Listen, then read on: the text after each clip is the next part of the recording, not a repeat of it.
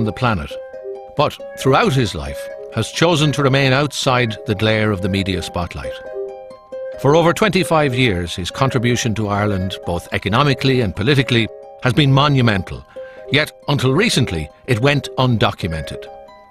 Now, in his late 70s, he's telling his story in the hope that others will be inspired as he was. It begins in the Depression era of 1930s America.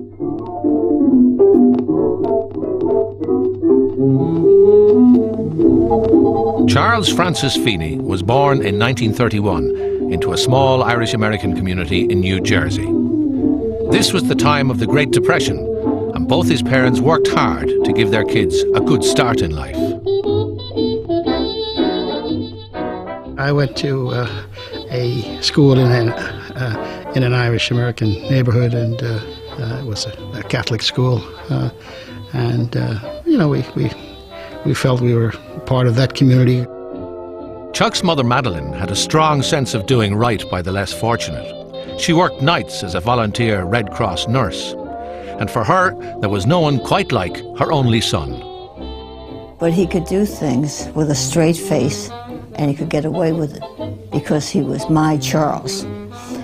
As far as my mother was concerned, he could commit no sins. She was a good woman, clearly, and she would just consider it as an obligation to help your neighbors. When you live in a family like that she was very, very concerned about her neighbors, I think that rubs off on you, you know, you are concerned about people. You had already been involved in a few money-making schemes. I mean, you had an eye to making a buck.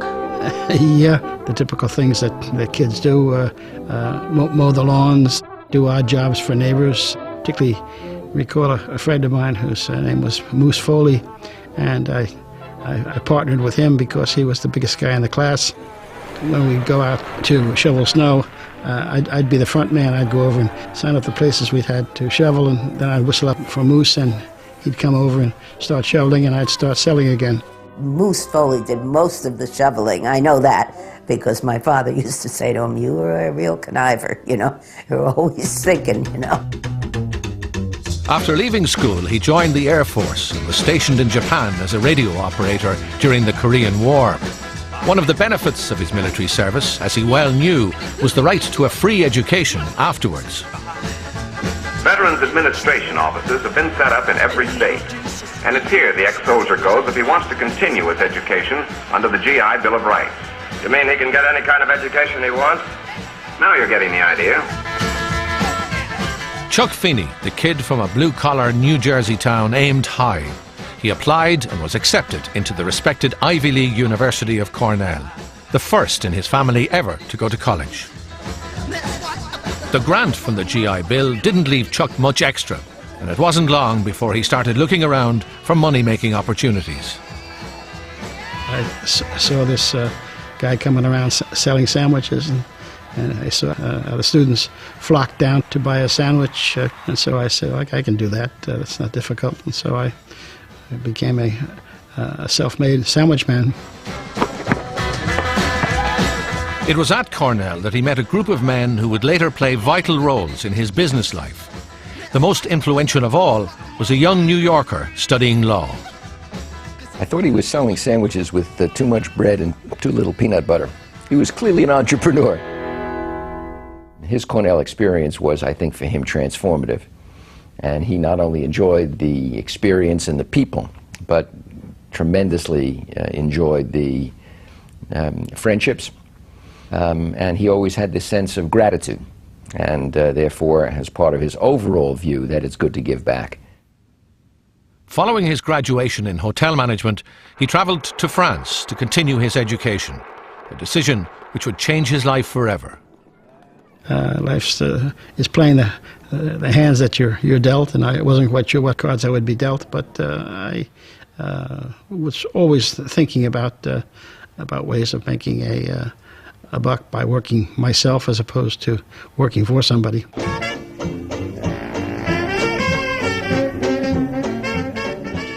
In 1956, there were 50 ships of the US 6th Fleet in the Mediterranean alone. Each of the 30,000 servicemen was entitled to buy liquor tax-free. and Chuck was quick to spot a good business opportunity. I was in a bar and I ran into an Englishman who was just starting up a business of selling liquor to the naval ships. And he sent me down to Athens. I got down there and they told me that the visit of the ships had been canceled. Using my innate intelligence, I spotted a couple of hookers and asked them, did they know when the ships were coming, and they knew exactly the day. I stayed on for the 2 weeks, and then I started my career selling liquor to the ships. Chuck, the ex-GI, and his partner had found the perfect business. No set-up capital and cash up front. We were buying something for $5 plus the transport cost and selling it for almost $15. I looked at the market and said, well, geez, if it's good for the military, it must be good for the tourists. So we started doing the same thing, selling them gallon packages of liquor. I said, well, if you can sell liquor, why can't you sell perfume? And so we sort of expanded our range of products. As the sales to the tourists continued, Chuck realized that there was a new market opening up with the military. And they would get so many requests for automobiles, he said, well, we ought to get into the automobile business. And Germany was a natural, because at that time there were about 250,000 military in Germany with dependents. And so that was why the business was started there in Frankfurt in the summer of 1964. You had an immediate sense that there was almost some genius with this fellow. Just his focus on life, focus on the business. Definitely, what do they say, type A personality? For sure. Walked quickly, talked quickly, worked incessantly. Things were looking up as the sale of cars, alcohol and perfumes continued. But Chuck and his team were in for a shock. Back in New York, they brought in an old college friend to advise them on a tax issue. We did reorganize the businesses, and we reorganized them so that the tax risk was eliminated. The bad news is that they weren't making money, but they didn't know it. Well, when I arrived in New York, it was clearly a mess. Yeah, it couldn't be described any other way. There was no accounting systems, and it took not very long to conclude that the liabilities exceeded the assets by approximately $1,600,000. We got involved in businesses too quickly. Before we knew it, we were subject to cutthroat competition. I mean, if you fail honestly, you don't go to jail. If you fail dishonestly, you do go to jail. Cash flow was tremendous in that people paid very early for the cars. So everybody looked at this money in the bank as profit, as it were. There were no expense controls of any sort. People spent money as they saw fit, and it resulted in the enormous deficit. We would be very lucky if we just got it out of debt and closed it down and moved on to something else. The business was in serious trouble, and the new team of Chuck Feeney, Alan Parker, Bob Miller and Tony Pallaro had no choice but to pay their debts and move on. But an opportunity was just around the corner, which was soon to make them one of the most successful business partnerships in the world.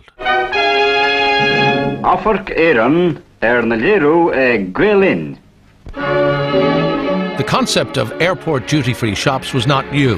In fact, the very first duty-free shop was opened in Shannon in 1946.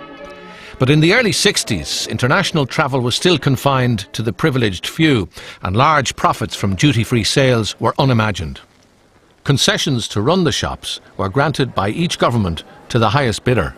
A friend of ours wrote to us to tell about a shop that was going to open up at the Honolulu International Airport, and there would be the concession to sell any kind of duty-free merchandise you want.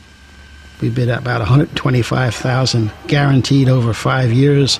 I got in no time at all. We were doing a giant amount of business. Oh yeah, Chuck was always the most optimistic, and because he was a visionary, he could see what was going to happen.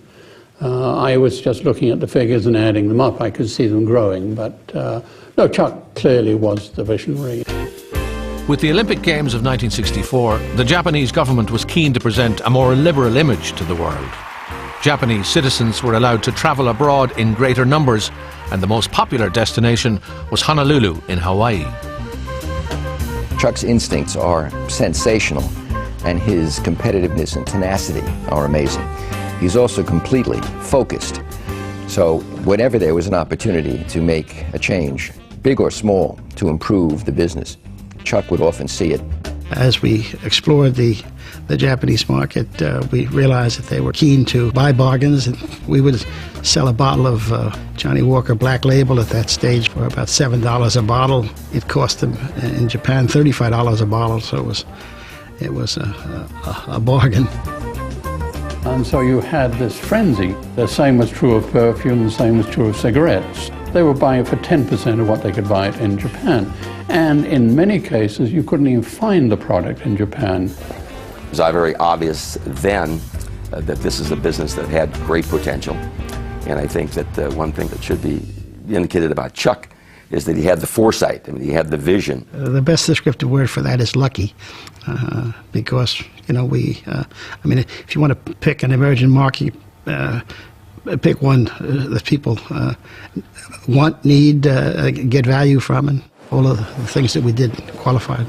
One of the rules that the business adopted early on, and for which I was appointed the policeman, was quiet, actually anonymity. And at least in Chuck's case, was a desire to stay out of the limelight. The more you advertised your success and bragged about it, the more likely it is that you were going to attract both jealousy and competition.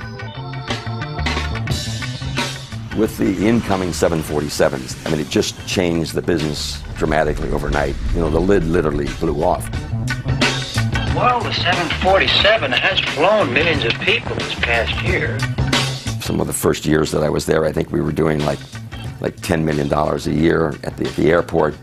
And the downtown store, I mean, during its heyday, would do $1 million a day. I mean, it was mind-boggling. You know, we were just trying to make a buck, and that seemed like a good way to make a buck. It was an exciting time. I mean, every day was like getting up for the kickoff, because it would be always something very dramatic, very exciting about it. We drank a lot of champagne, we drank a lot of everything. but it is, you know, when you work hard, you worked hard, and when we played hard as well. What was the buzz for you at that stage? Was it the business or the making the money, or both? I guess it was the success of the business, yeah. So we started with nothing, and now look what we've got.